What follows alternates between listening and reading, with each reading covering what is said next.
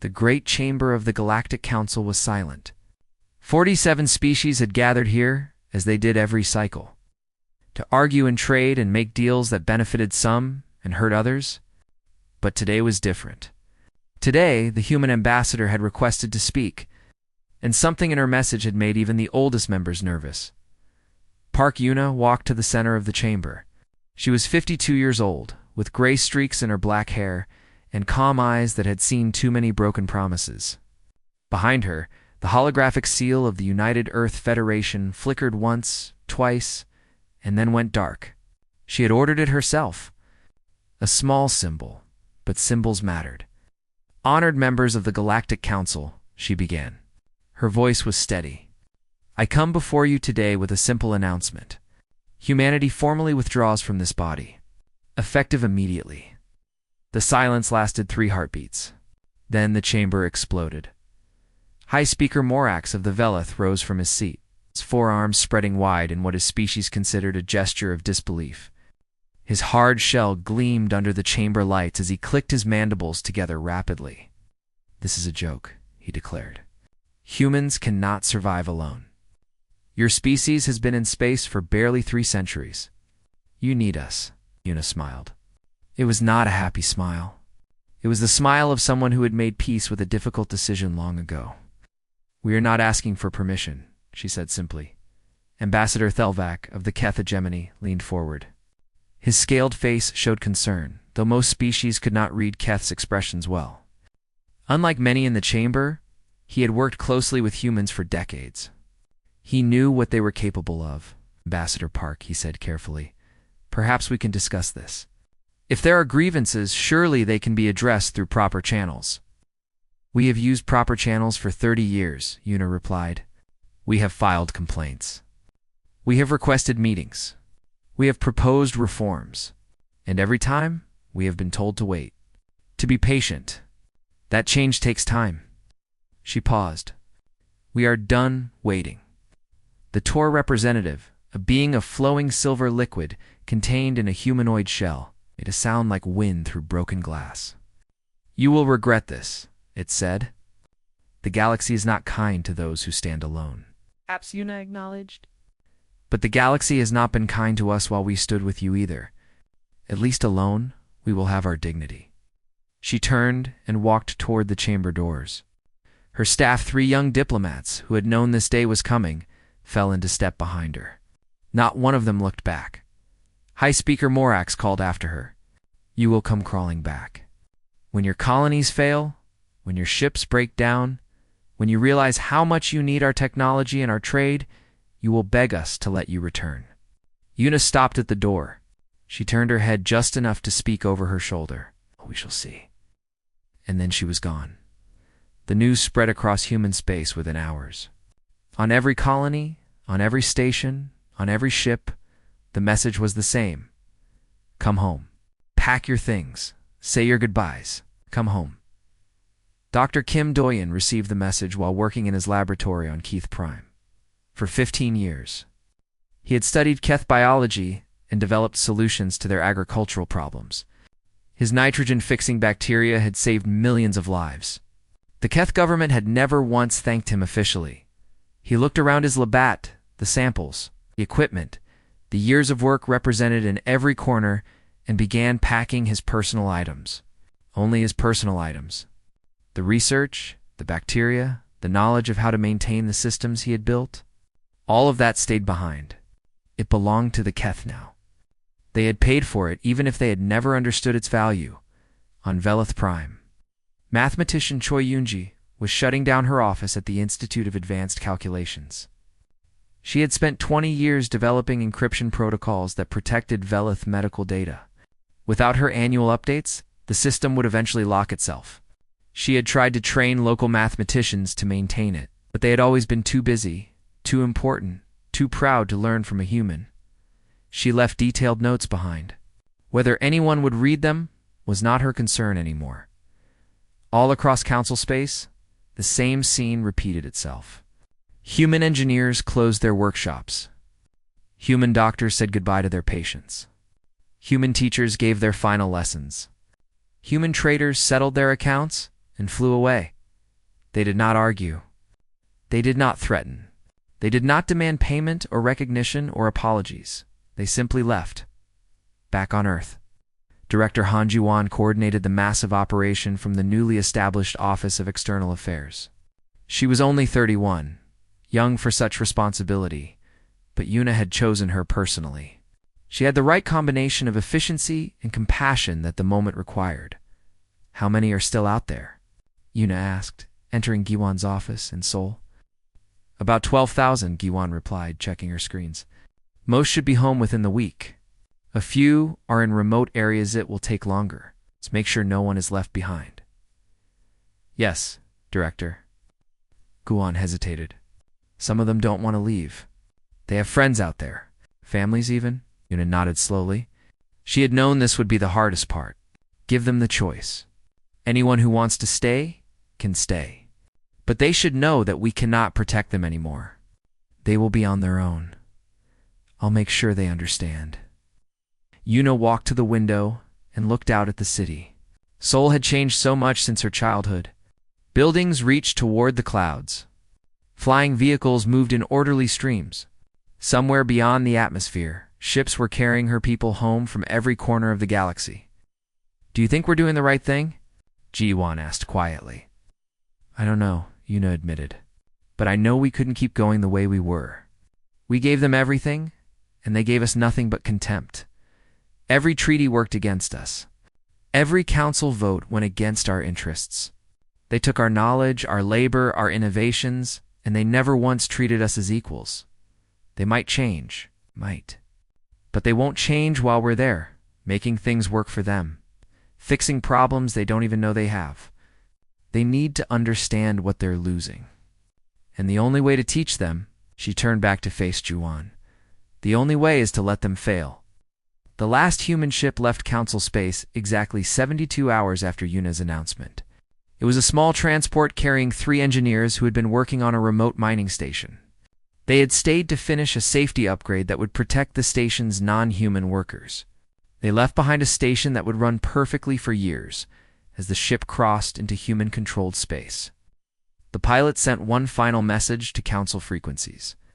It contained no words, just a simple transmission.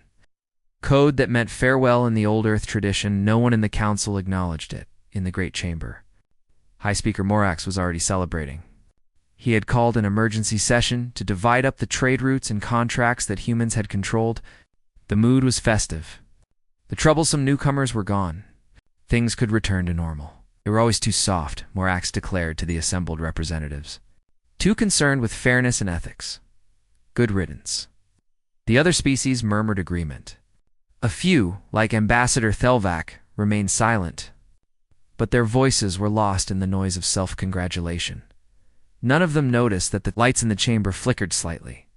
The environmental systems adjusted themselves a fraction of a degree. Somewhere in the station's depths, a maintenance robot followed its programmed routine without the human oversight that had kept it. Running smoothly for decades, the cracks were already forming. They just couldn't see them yet. 3 months passed. The galaxy continued to turn. The Council continued to meet. And slowly, quietly, things began to fall apart. It started on the agricultural world of Kethvorn. It's a breadbasket of the hegemony. Farmers noticed that their crops were not growing as well as before. The yields dropped by 5%, then 10, then 15. The soil looked the same. The water was unchanged. The weather remained perfect. But something was wrong. Chief Agricultural Minister Thelvac received the reports with growing alarm. He summoned his best scientists to investigate. They tested everything: the seeds, the fertilizers, the irrigation systems. Nothing seemed broken. Everything should have been working. After 2 weeks of investigation, a young researcher named Kelvin found the answer. She had been studying the soil bacteria, the microscopic organisms that helped plants absorb nutrients. What she discovered made her blood run cold. "The nitrogen-fixing bacteria are dying," she reported to the minister. "The ones that Dr. Kim developed for us? They have a natural lifespan of about 3 years. He used to refresh the cultures every season." Thelvac stared at her. Can we make more? I don't know how. His notes are incomplete. The process requires specialized knowledge that none of our scientists possess. Then contact him. Pay whatever he asks. Kelvin lowered her head. We cannot minister. The humans have closed all communication channels. Every message we send bounces back unanswered. For a long moment, Thelvok said nothing. Then he dismissed the researcher and sat alone in his office, watching the sunset over fields that would soon begin to fail. On Velith Prime, the situation was different but equally serious. High Speaker Morax had not thought about the medical encryption system since the humans left. Why would he? It worked. It had always worked. The quantum protocols kept patient data safe, prevented fraud, ensured that the entire healthcare system functioned smoothly. Then the warnings started appearing. System requires annual recertification, the message read. Please contact System Administrator for renewal key. Morax called in his technology advisors. Surely, he thought, this was a simple matter. Just a code to enter, a button to press. The Velith were an ancient civilization. They had conquered a dozen worlds. How hard could it be? We cannot generate the key, his chief technician admitted after 3 days of trying. The encryption is based on mathematical principles that we don't fully understand. The human mathematician who created it, she tried to teach us, but we never what? The technician's shell flushed with embarrassment. We never thought it was important. She was just a human. We assumed we could figure it out later if we needed to. Rox felt something he had not felt in centuries. Fear. How long do we have before the system locks permanently? Perhaps 6 months? Maybe less. And if it locks, every hospital, every clinic, every medical record in the hegemony becomes inaccessible, permanently. The High Speaker sent 17 messages to Earth over the following weeks. He offered trade agreements, territorial concessions, formal apologies. Each message was carefully crafted to sound like a generous offer rather than desperate begging. Earth never responded. Meanwhile, the Tor Collective was facing its own disaster. The Tor were famous for their faster-than-light travel technology. Their navigation systems were the envy of the galaxy, precise, reliable.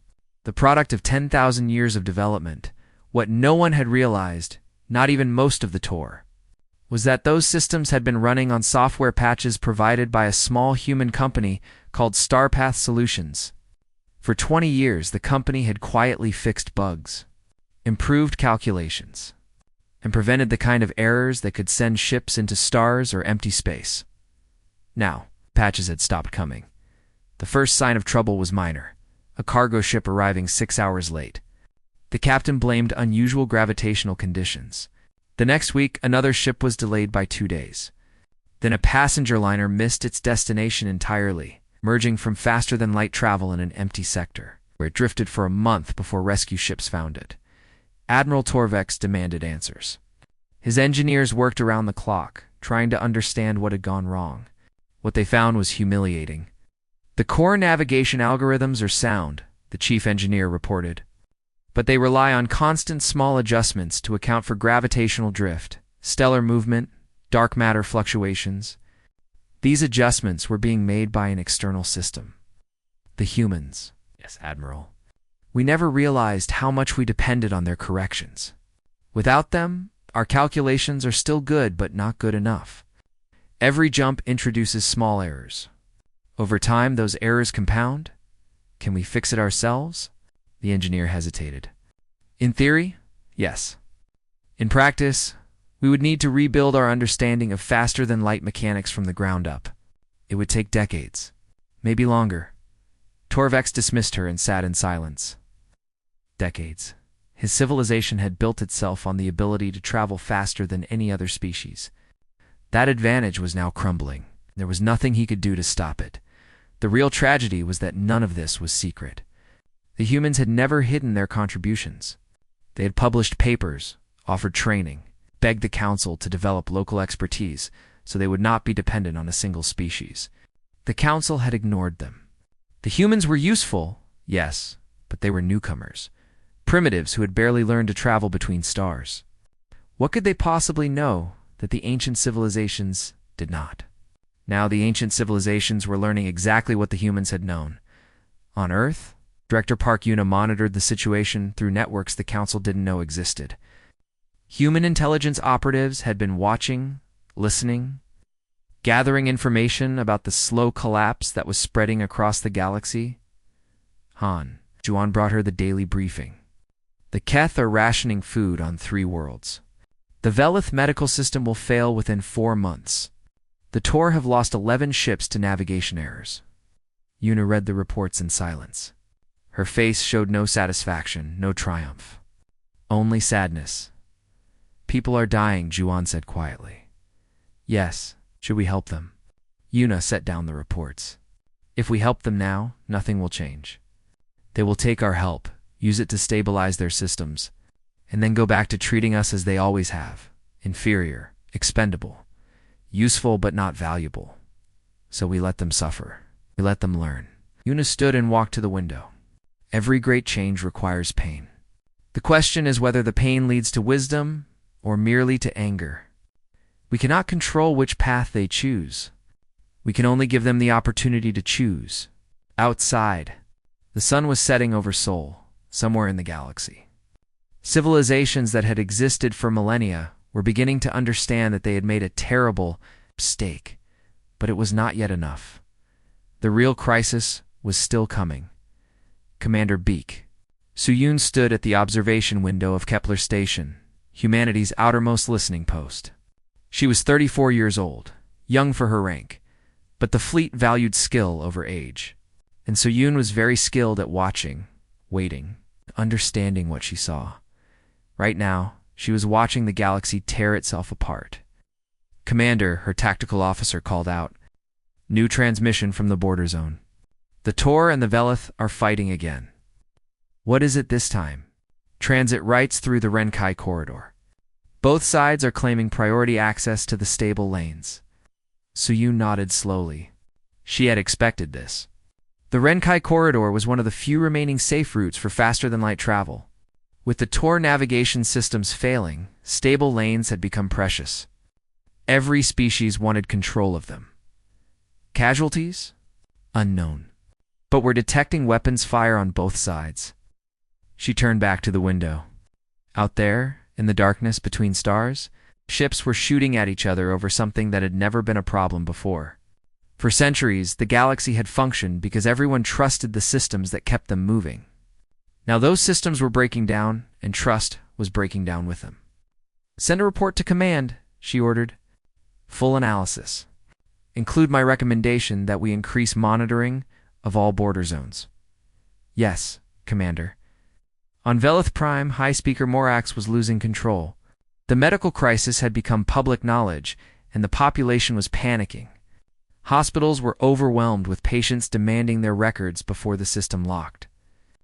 Doctors were trying to memorize critical information about their patients.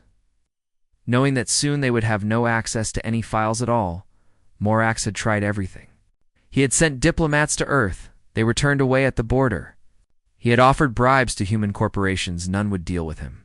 He had even considered military action, sending ships to capture human engineers and force them to help. His admirals had talked him out of that plan. Not because it was wrong, but because it would fail. Human space was defended by systems no one fully understood. And even if they succeeded in capturing a few engineers, what then? Force them to work? They would sabotage everything. The humans were strange that way. They would rather die than serve unwillingly. What do we do? His advisor asked.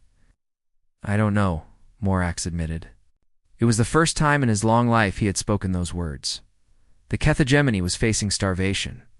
Thelvac had ordered strict rationing across all worlds, but it was not enough. The bacteria that Dr. Kim had created were dying faster than anyone had predicted. Without them, the soil could not support the crops that fed billions. Thelvac made a decision that would have been unthinkable a year ago. He called a meeting with the other species in his sector, the Nyx, the Varen, the Hollow. Species that the Keth had dominated for generations. Species that had no reason to help him. We need food, he said simply. Our harvests are failing. Without assistance, my people will die. The Nyx representative, a being of crystalline structure, made a sound like breaking ice. You took our resources for centuries. You forced us to trade at unfair rates. You treated us as inferior. And now you ask for help? Yes. Why should we give it? Thelvac had no answer. He had spent his entire career believing in the natural order of the galaxy. Strong species ruled. Weak species served. Now he was the one in need, and he was beginning to understand how wrong that order had been. I can offer nothing but my word, he said finally. If you help us, I will work to change how we treat your people. I cannot undo the past, but I can try to build a better future. The Nyx representative was silent for a long moment. Then she spoke again, her voice softer. The humans used to say something like that. They called it mutual benefit. We should have listened to them. Aye. On Earth, Dr. Shin Boyong was studying the transmissions from across the galaxy. She was an expert in alien psychology, one of the few humans who truly understood how other species thought. And what she was seeing now fascinated her. They're changing, she told Director Yuna. Not all of them, but some. The Keth ambassador actually apologized to the Nyx. The Tor are negotiating instead of demanding. Even some of the Velith are questioning their traditions. Yuna reviewed the data. Is it enough? Not yet, but it's beginning. Boyang pulled up a chart showing trends across council space. Trauma creates opportunity for growth. The old systems are breaking down, and that forces people to reconsider their assumptions. Some will become worse, more desperate, more violent. But others will become better. How do we know which will win? We don't. That's the risk we took when we left. In the ruins of the old order, something new was trying to be born. But the birth was painful, and not everyone would survive it.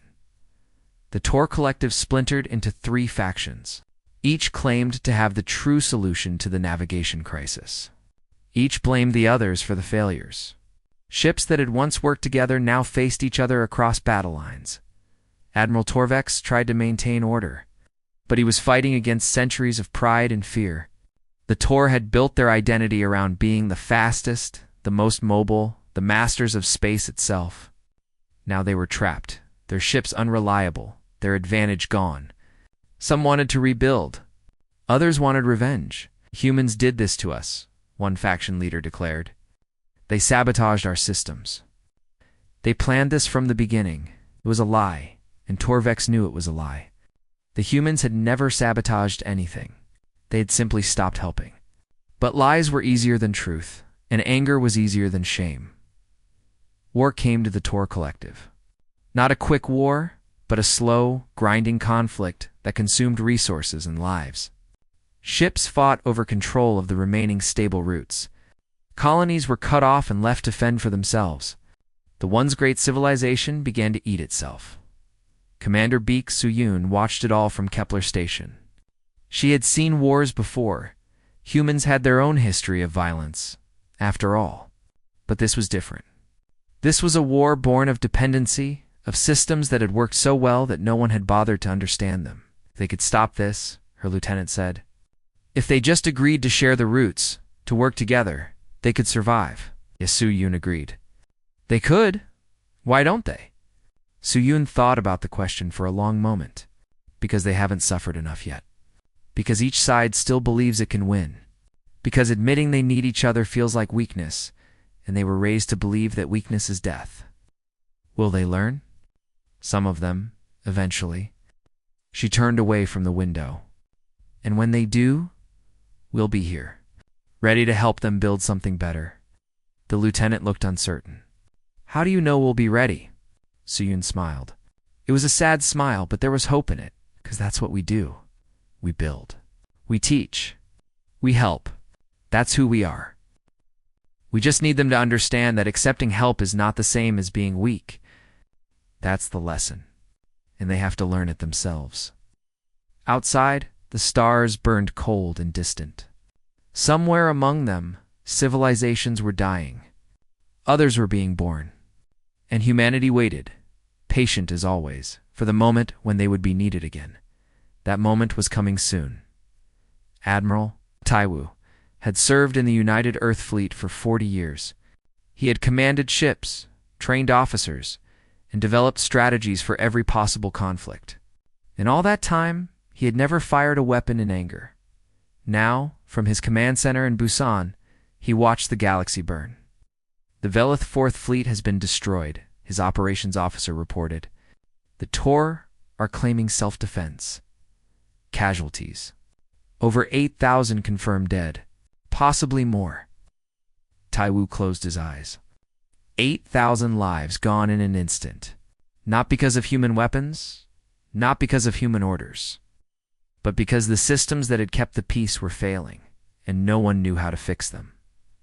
What started the fight? He asked.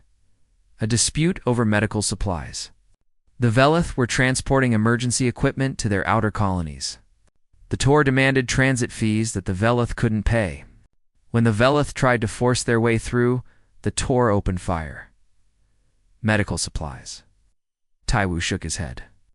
They killed 8,000 people over medical supplies. On Velith Prime, the situation had passed beyond crisis into catastrophe. The medical encryption system had finally locked. Every hospital, every clinic, every doctor's office was now cut off from centuries of patient records.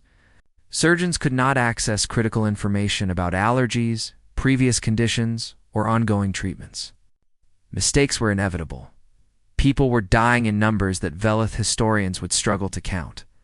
High Speaker Morak sat alone in his chambers. A broken creature. His shell, once gleaming and proud, had grown dull with stress and lack of care. He had not eaten properly in weeks. He had not slept in days. I did this, he whispered to the empty room. I drove them away. I celebrated when they left. His advisor, one of the few who still served him, stood in the doorway. High Speaker, there's a message from the Keth ambassador. What does he want? He proposes an alliance. A sharing of resources. He says. The advisor hesitated. He says we must learn to work together, or we will all die alone. Morax laughed. It was not a healthy sound. The Keth are teaching us about cooperation. The Keth, who conquered half the galaxy before we even reached the stars. How far we have fallen. What should I tell him? The High Speaker was silent for a long moment. Then he stood, moving slowly like an old man who had given up on life. Tell him yes, he said. Tell him we accept. Tell him. His voice cracked. Tell him I am sorry. For everything. The Tor civil war had spread across their entire territory. 3 factions fought for control, each claiming to represent the true collective, each blaming the others for their failures. Ships that had once carried goods and passengers now carried only weapons and soldiers.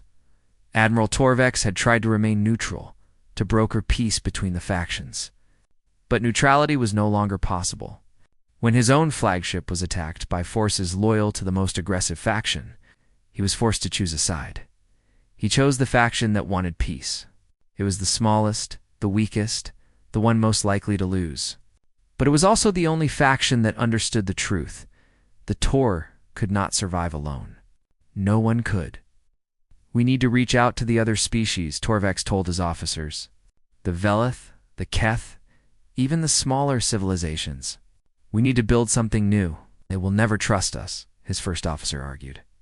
We have been fighting them for months, and we must earn their trust. We must show them that we have changed. How? Torvex thought of the humans. He had met a few back when they were still part of the council. They had been strange creatures, soft, short-lived, seemingly fragile. But they had possessed something that his people lacked. A willingness to admit mistakes. A belief that enemies could become friends. A patience that seemed endless. We start by apologizing, he said. We admit that we were wrong. We offer to share what we have left, without demanding anything in return. And then we wait. That is not our way. Then we must find a new way. Because our old way is killing us. On Earth, Director Park Yuna received reports of these changes with careful hope. The alliance between the Velith and the Keth was fragile, but it was real. Torvex SP's faction was gaining strength. Other species, long dominated by the major powers, were beginning to organize themselves. "They're learning," Han Juan observed. "Slowly, painfully, but they're learning." "Yes," Yuna agreed. "But learning is not the same as changing. They could still fall back into old patterns." What would push them forward? Yuna considered the question. Outside her window, Seoul was quiet in the evening light. Somewhere beyond the sky, millions of beings were struggling to survive a crisis of their own making. "They need to ask," she said finally. "They need to come to us, not as conquerors demanding service, but as equals requesting help. Until they can do that, we cannot go back. And if they never ask, then they will fail. And we will build something new from what remains." What is a cold answer? But it was honest. Yuna had learned long ago that kindness without boundaries was not kindness at all. It was enabling. The galaxy had used humanity for centuries, taking their gifts while offering nothing but contempt in return. That had to end. And the only way it could end was for the galaxy to understand what it had lost. The first message came from the Cath. It was not a demand, not a negotiation, not a clever diplomatic trick. It was simple, honest, and painful. "We were wrong," Ambassador Thelvok wrote. "We took what you offered and gave nothing back. We dismissed your concerns and ignored your wisdom. We treated you as tools, not partners. We are sorry. We are not asking you to forget what we did. We are asking for the chance to do better. If you are willing to help us, we will listen this time. We will learn, and we will change." Similar messages came from the Velith Peace faction, from Torvex and his followers, from a dozen smaller species who had suffered under the old order. Not all of the galaxy had learned the lesson. Many still blamed humanity, still plotted revenge, still dreamed of returning to the old ways. But enough had changed. Enough had understood. Dr. Shin Boyang analyzed the messages and presented her findings to the Council of Earth Leaders. "They're ready," she said. "Not all of them, but enough. The trauma has been sufficient. They understand now that cooperation is not weakness, is survival." Admiral Taiwu spoke next. "If we go back, we go back strong. No more being taken for granted. No more having our contributions ignored. We set the terms." Director Yuna nodded. "Then we prepare. We send a response, not accepting their invitation, not yet, but acknowledging it, letting them know that we are listening." And then Yuna smiled. It was the first real smile she had allowed herself in 18 months. "And we build something better." The message from Earth was received across the galaxy with an emotion that few species had words for. It was not joy. Too much had been lost for joy. It was not relief the crisis was far from over. It was something deeper, something that touched the oldest parts of their cultures. It was hope. Humanity had heard them. Humanity was coming back. But this time, everything would be different. The day humanity returned to the Galactic Council was nothing like the day they had left. Ambassador Kongmina walked into the great chamber with steady steps. She was 40 years old, trained by Director Park Yuna herself for this exact moment. Behind her, the holographic seal of the United Earth Federation glowed bright and steady. No flickering this time. No symbolic darkness. They were here to stay. The chamber was half empty. Some species had collapsed entirely, their civilizations shattered by the chaos of the past 18 months. Others had merged together, seeking safety in numbers. A few had simply stopped answering communications, retreating to their homeworlds to wait out the storm. Those who remained watched. Mina with expressions that ranged from desperate hope to cautious fear. The Velith delegation, led by a new high speaker named Veltara, sat in seats that had once held their proudest warriors. Now they held survivors. The Keth were there, Ambassador Thelvok, looking older than his years. He had lost weight, and there were scars on his scaled face that had not been there before. The Torpeace faction, led by Admiral Torvex, occupied seats that their ancestors had never expected to share with former enemies, and scattered throughout the chamber, representatives of dozens of smaller species who had been invisible before the Nyx. The Varen, the Hollow, the countless civilizations that the great powers had ignored or exploited. They had seats now.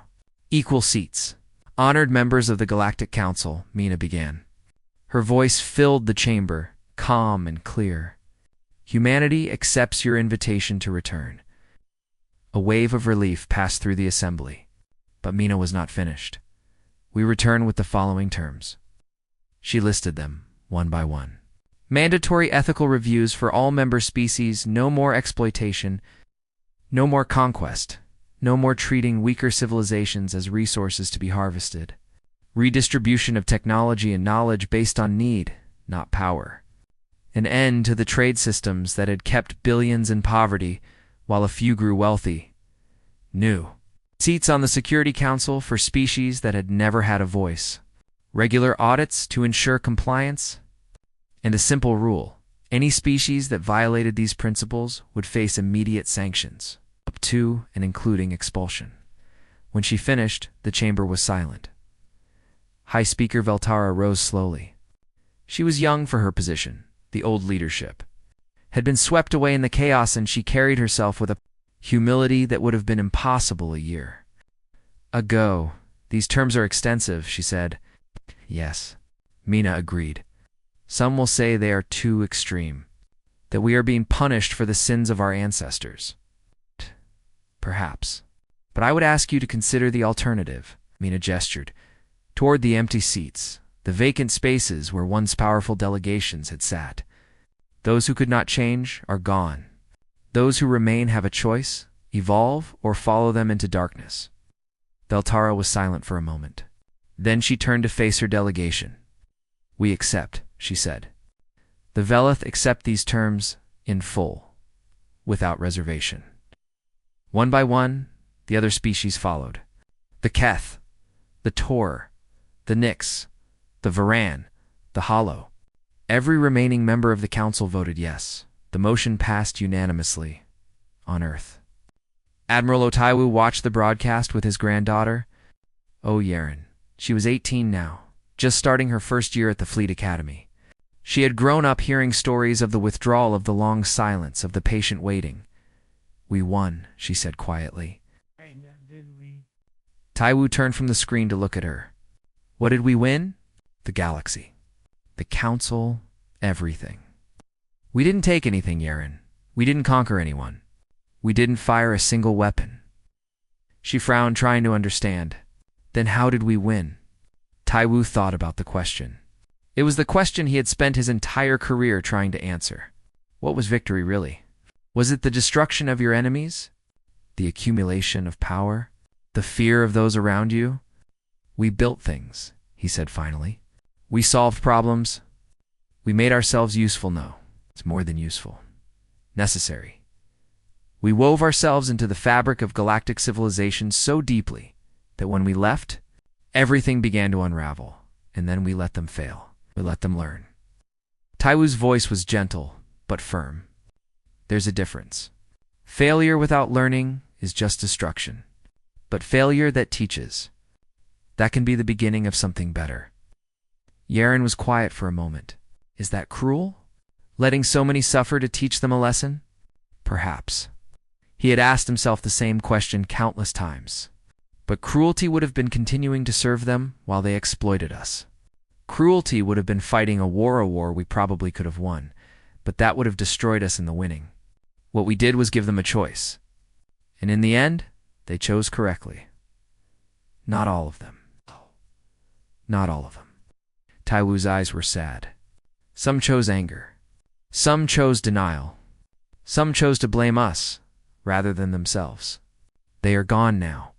But those who remain, those who learned, they are the foundation of something new. The broadcast showed Ambassador Kong Mina shaking appendages and claws with the other delegations. A new era was beginning, one built on principles that humans had advocated for decades. Principles that had been mocked and dismissed until the galaxy learned the hard way that they were right. 50 years later, the Galactic Cooperation Compact, the new name for the rebuilt council, was thriving.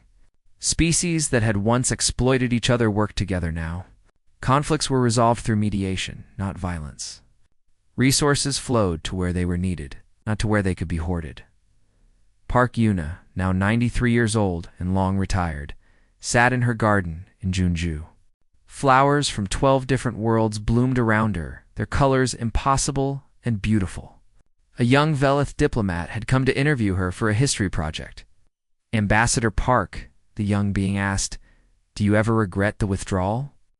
All those who died in the chaos?" Yuna watched a butterfly Earth native, orange and black, land on an alien flower that should not have been able to support it. Life found ways to connect, to adapt, to survive. That was the lesson, really. That was what she had tried to teach the galaxy. "I regret that it was necessary," she said. "I regret that they could not learn any other way." But regret is not the same as doubt. We showed the galaxy that strength is not measured in weapons or threats. It is measured in what you build, what you give, and what you are willing to walk away from. And humanity walked away. When we had to. She smiled at the young Velith. But we came back. That is the difference between conquerors and cooperators. Conquerors take. They use force. They destroy what they cannot control. But cooperators build. They give. They trust that what they create will outlast any war, any empire, any moment of crisis. And in the end, the cooperators win. Yuna considered the question. Around her, the garden hummed with life insects from multiple worlds, plants that had never been meant to grow together. An ecosystem that existed only because someone had cared enough to make it work. "In the end, the cooperators survive," she said. "The conquerors always destroy themselves, eventually. They run out of things to take, or they turn on each other, or they simply become too proud to adapt. But the cooperators, we endure. We adapt. We build new things from the ruins of the old."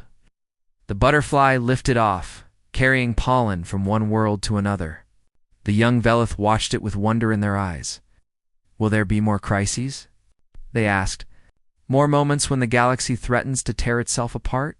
Of course, Una's voice was matter of fact. That is the nature of existence. But each crisis is also an opportunity. A chance to learn, to grow, to become something better than we were before. She reached out and touched one of the alien flowers gently. The question is never whether there will be suffering. The question is whether we will let that suffering teach us, or whether we will repeat the same mistakes forever. The sun was setting over the garden. Orange and gold lights spilled across the flowers, the trees. The old woman and the young diplomat who sat together in a peace that had been bought with patience and pain. "Ambassador Park," the Velith said, "I grew up hearing stories about humans. Terrible stories about how you betrayed the council, how you caused the collapse, how you are to blame for everything that went wrong. I know. Those stories are still told in some places. Some of my people still believe them. I know that too. But I do not believe them anymore." The young Velith's voice was firm. "I have studied the records. I have read the histories. I know what really happened." Yuna smiled. "And what really happened? You tried to help us. You tried to teach us. You gave us everything you had, and we gave you nothing but contempt. So you left. And when we finally learned our lesson, you came back and helped us rebuild." The Velith paused. "You saved us. Not